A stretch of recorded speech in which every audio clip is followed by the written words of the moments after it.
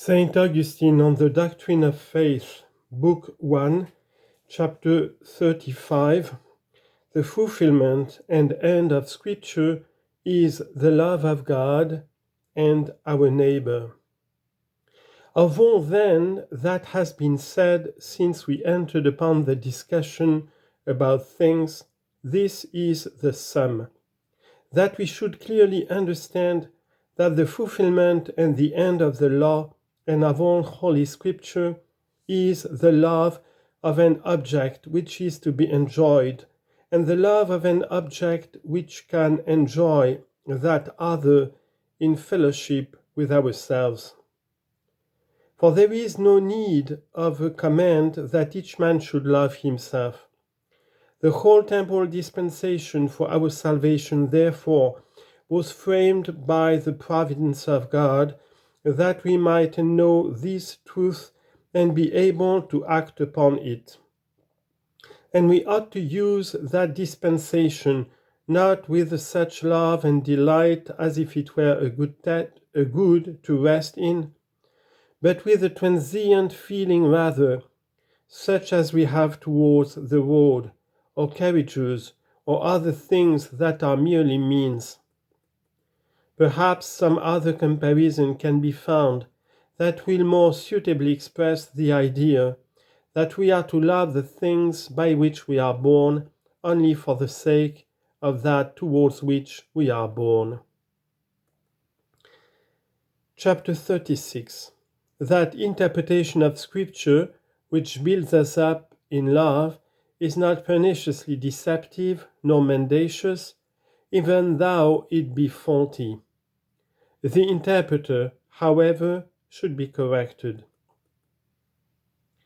Whoever then thinks that he understands the Holy Scriptures, or any part of them, but puts such an interpretation upon them as does not tend to build up this twofold love of God and our neighbor, does not yet understand them as he ought.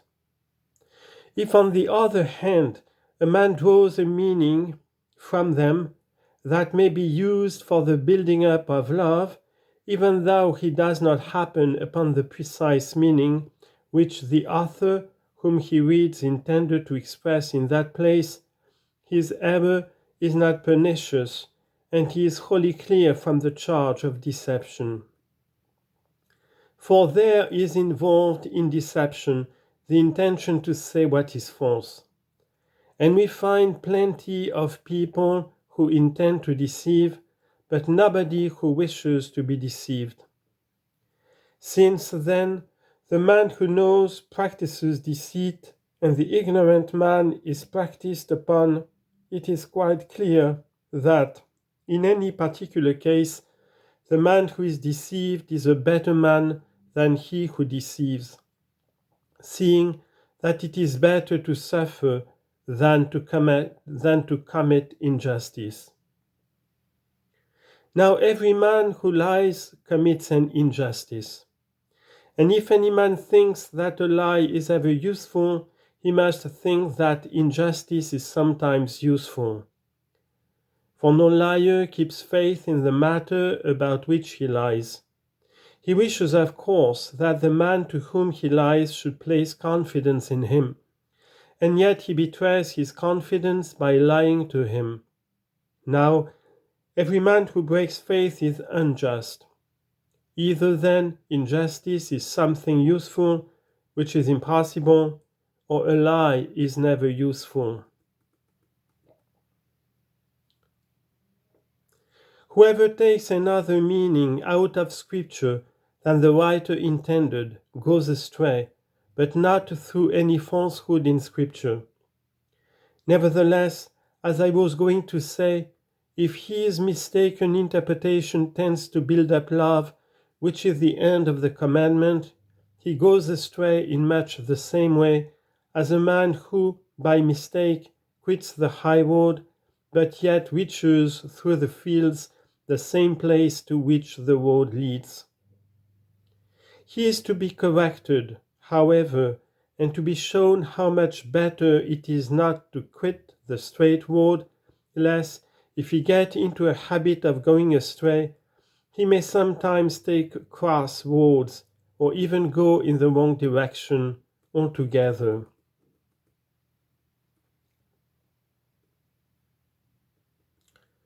Chapter 37. Dangers of mistaken interpretation.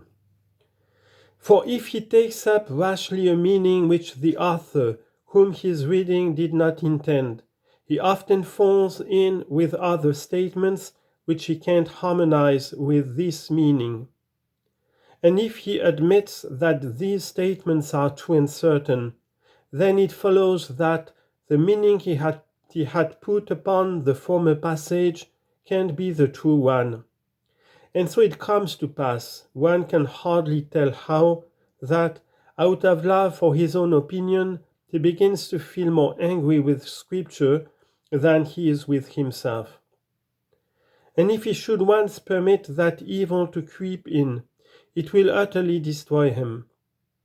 For we walk by faith, not by sight. 2 Corinthians chapter 5, verse 7. Now faith will totter if the authority of Scripture begin to shake. And then, if faith totter, love itself will grow cold.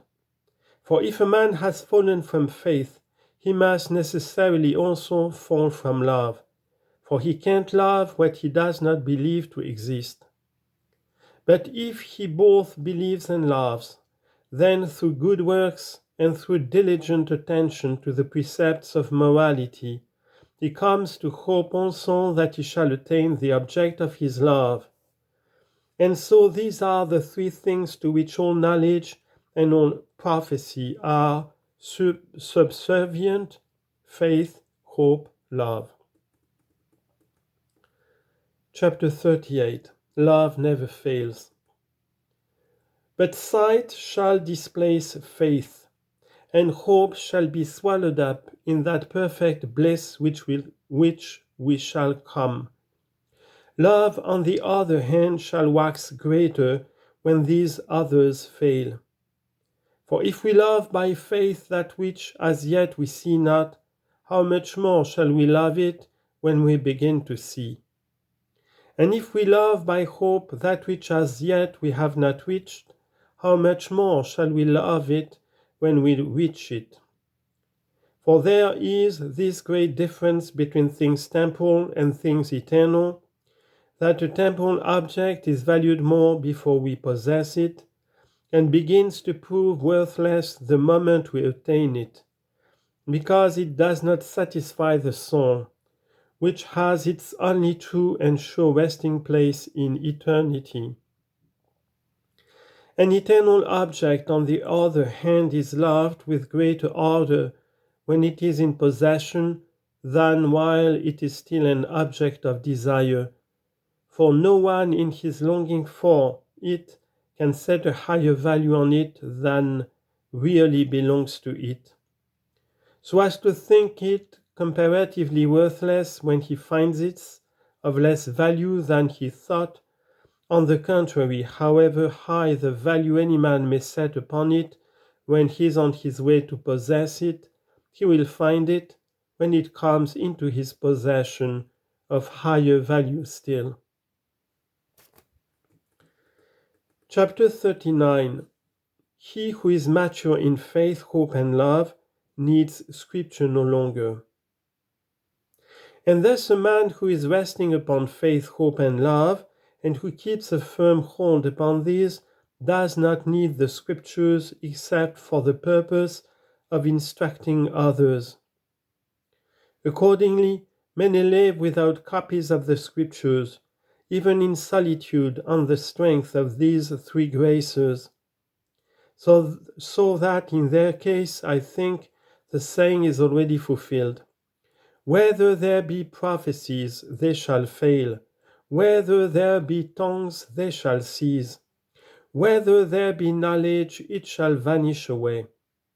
1 Corinthians chapter 13, verse 8. Yet, by means of these instruments, as they may be called, so great an edifice of faith and love has been built up in them, that holding to what is perfect, they do not seek for what is only in part perfect. Of course, I mean, so far as is possible in this life, for in comparison with the future life, the life of no just and holy man is perfect here. Therefore, the Apostle says, "Now abides faith, hope, and charity, these three. But the greatest of these is charity." 1 Corinthians chapter 13, verse 13. Because when a man shall have reached the eternal world, while the other two graces will fail, love will remain greater and more assured.